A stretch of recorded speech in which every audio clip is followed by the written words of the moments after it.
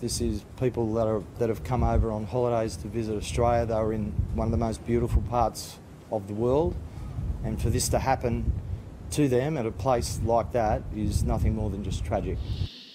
All 6 people on board died when the small plane crashed into a river near Sydney. The 5 passengers were part of a British family. Briar Stewart now on how the Canadian pilot is being remembered. But you can see the smile on his face. That smile never left him. He was always very happy. This is how Dave Shalin is remembering his old friend, Gareth Morgan.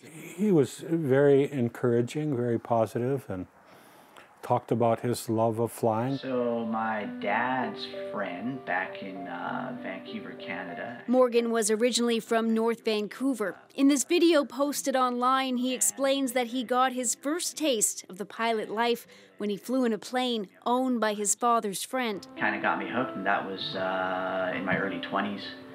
And so, you know, I just thought, hey, this looks like a great career. It was one that took him to some of Canada's most remote corners and around the world. He worked for Harbour Air in BC and in the Arctic. He flew planes in the Maldives and did 2 separate stints with Australia's Sydney Seaplanes. He started working for the company again in May of this year. He was an extremely experienced pilot with over 10,000 hours flying time, of which 9,000 hours were in seaplanes. He was flying a charter trip on New Year's Eve when the plane nosedived into the Hawkesbury River north of Sydney. It sank and all 6 on board were killed. So it's very sad. Dave Shalin found out Morgan was killed this morning when he received an email from Australia. They met through church. Here we are building houses. They went to Mexico twice on mission trips. Even though Shalin hadn't seen him for a few years, Morgan was never far from his thoughts.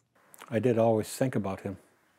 Whenever I'd hear a plane, float plane go or see take off, I'd, kind of think of Gareth.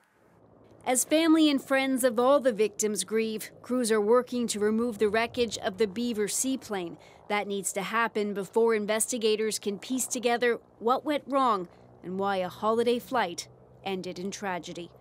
Briar Stewart, CBC News, Vancouver.